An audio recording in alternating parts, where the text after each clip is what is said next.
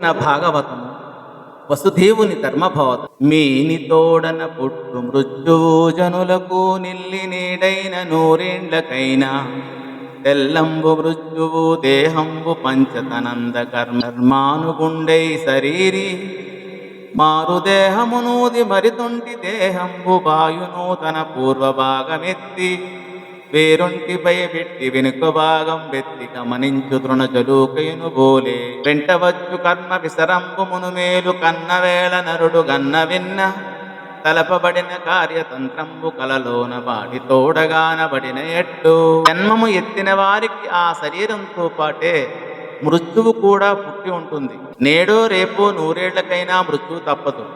మరణించడం అంటే శరీరం పంచభూతాలలో కలిసిపోవడమే. ఆకు పురుగును చూడు, శరీరం ముందు భాగం ఎత్తి మరో చోట పెట్టి వెనుక భాగం ఎత్తి ముందుకు లాక్కుంటుంది కదా.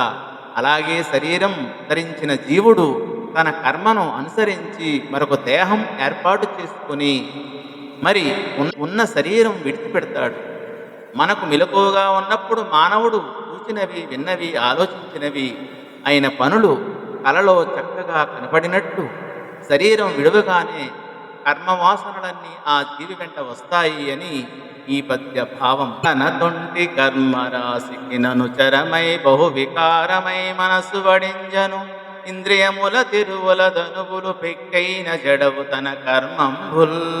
తన పూర్వకర్మలు అనుసరించి మనస్సు అనేక వికారాలు చెందుతుంది. ఇంద్రియాల వెంట వేగంగా చరిస్తూ ఉంటుంది.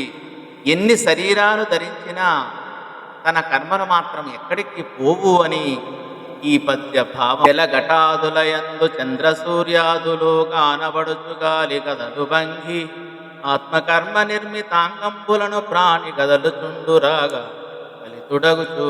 చంద్రబింబం, సూర్యబింబం మొదలైనవి నీటి కుండలు మొదలైన వాటితో ప్రతిబింబిస్తూ గాలికి కదులుతూ ఉంటాయి. అవి అలాగే ప్రాణి తన కర్మల చేత నిర్మించుకున్న శరీరంలో ఆసక్తి చెంది సంచలిస్తూ ఉంటాడు అని ఈ పద్య భావం.